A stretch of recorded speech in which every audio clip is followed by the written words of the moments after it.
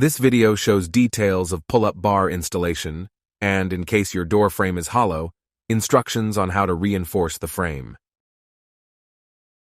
First, step-by-step instructions on installing the bar.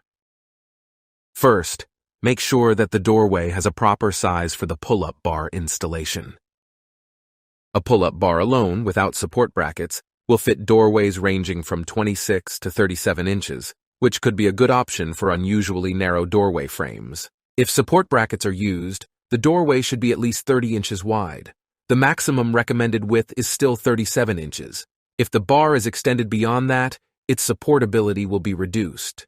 To begin installation, start by extending the bar so that it's just slightly smaller than the doorway width. Extending the bar is a tedious step, but you will only have to do it once.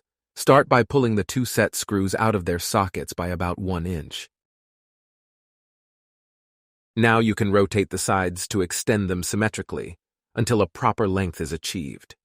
To extend the length, rotate the bar in the direction away from the screw head towards the nut.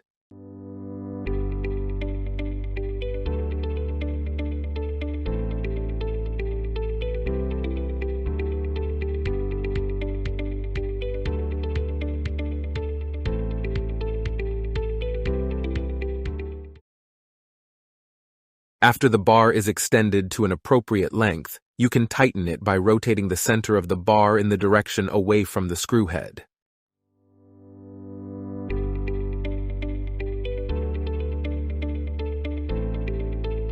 If the door frame starts to buckle or separate, it is likely hollow, and you will need to reinforce it first. Please proceed to the section of the video on how to reinforce a hollow door.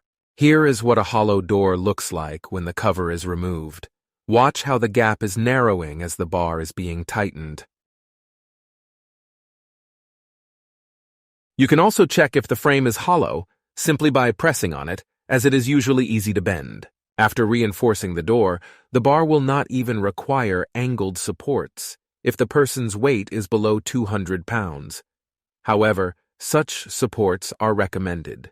If the door frame is firm, we can now proceed to installing the safety supports. To install the support, attach it to the bar and tighten the screw just a bit so that the support can still slide along the bar. Then slide the support towards the wall, as shown in the next clip.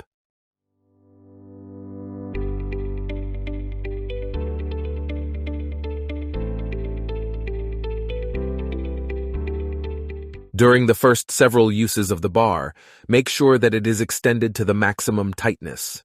The screws holding the angled brackets are fully tightened, and the brackets do not wiggle. However, the two set screws don't need to be tightened, as this will allow you to easily change the vertical position of the bar.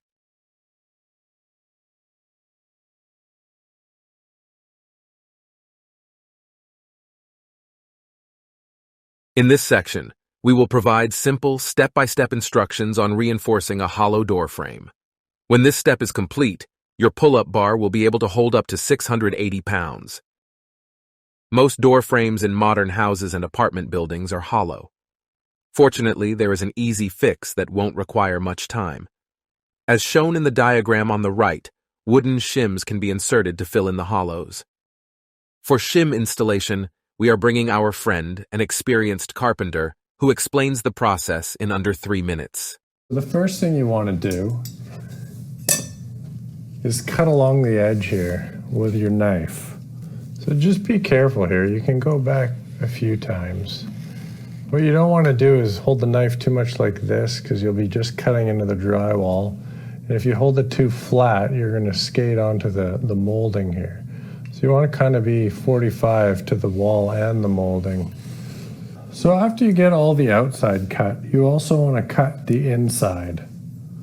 So you just want to take your knife, and again, keep it kind of 45, and just cut along the inside. Now, it's not as imperative to make sure you get a perfect cut along here, because it's not going to rip the wood apart, but it will rip the paper off the drywall if you don't get it cut all the way along there. So you'll see in the next step what we need to do. So you cut all the way along on the inside. So obviously you just want to take your time to be careful that you're not swerving your knife into the jam, because you're just creating more work for yourself by doing that. So now that you've got both sides of the casing cut, what you want to do is take the little flat bar and slide it in there. And then as it starts to separate, you want to notice any spots that still have a little bit of dap and cut those before you get too crazy with the pry bar, because if there's any bits attached, it will pull the paper away. So you just want to work it slowly along. See, it's still attached a little bit right down here.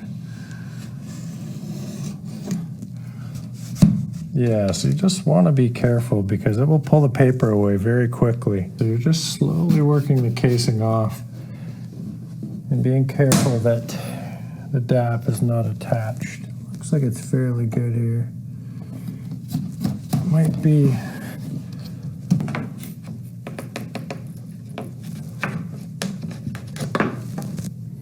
yeah, so let's come off in one piece.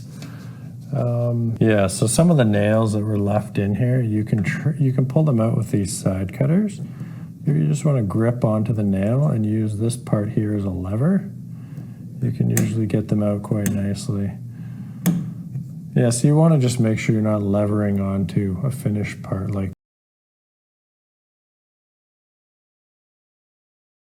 Once the cover is removed, you can proceed installing wooden shims.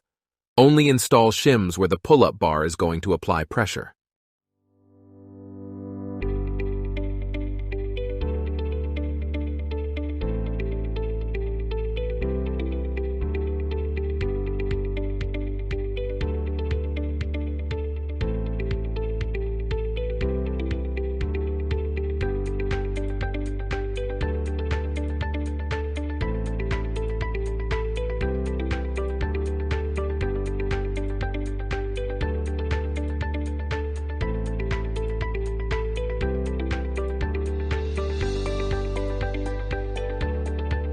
Thank you for watching.